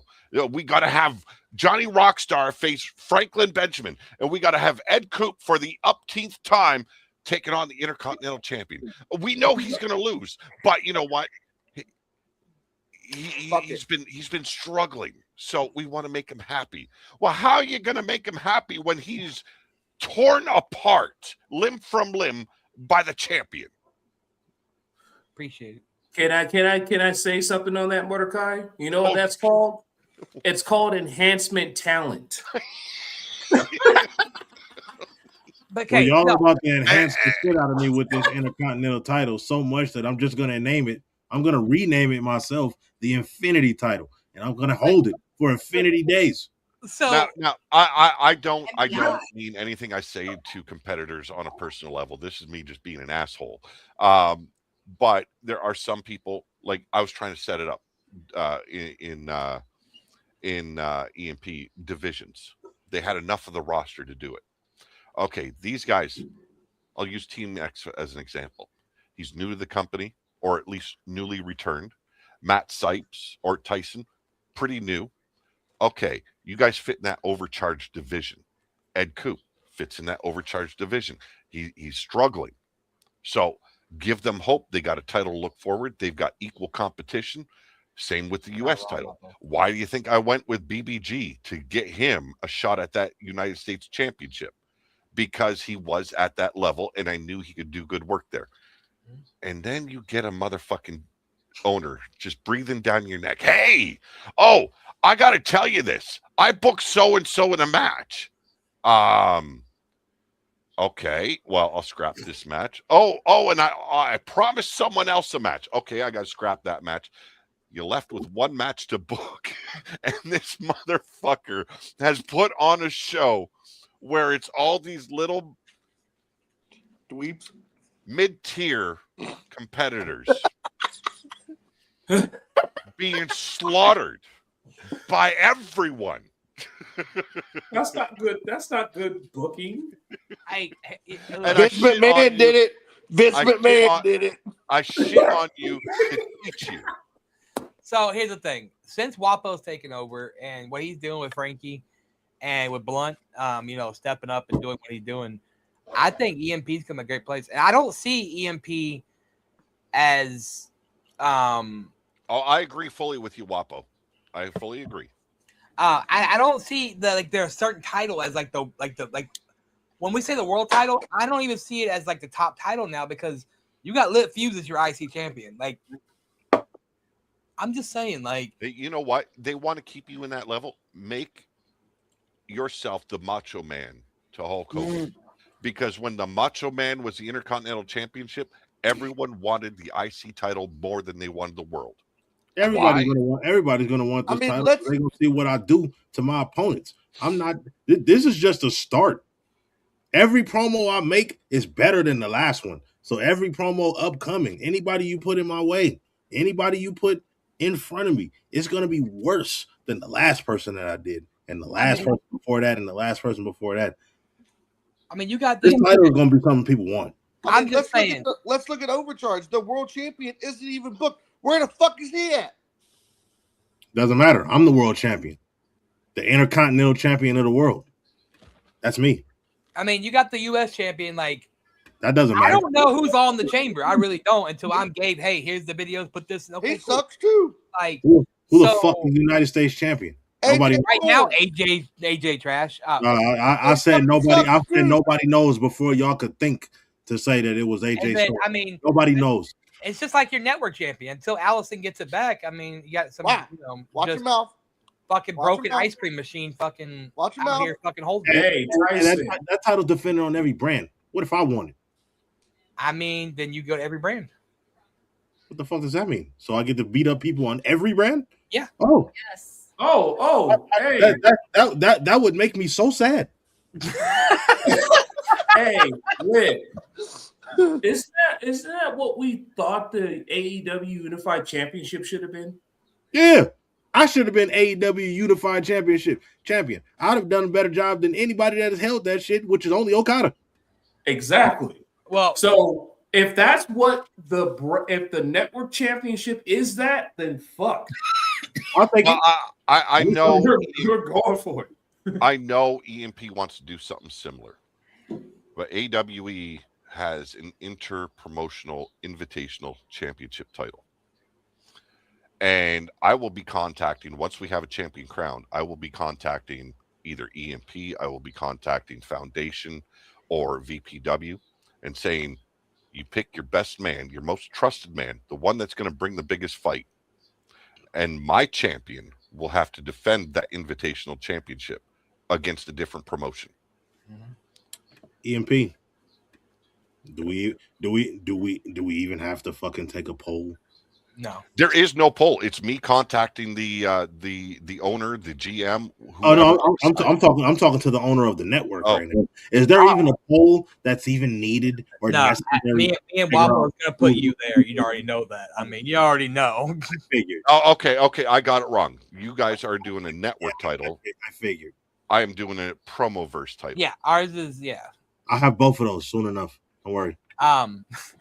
But all right, so let's get to the thing. We're gonna get to the 2-hour mark.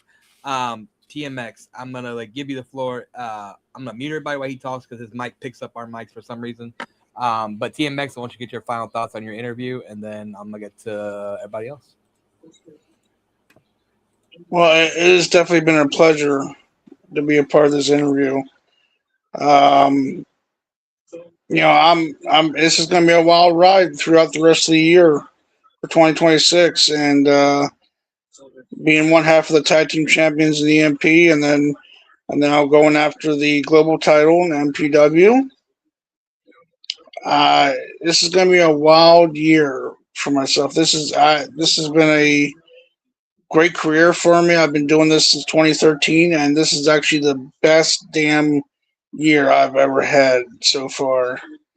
And I've really enjoyed it with everyone in the EMP and all the EMP network. And I definitely have.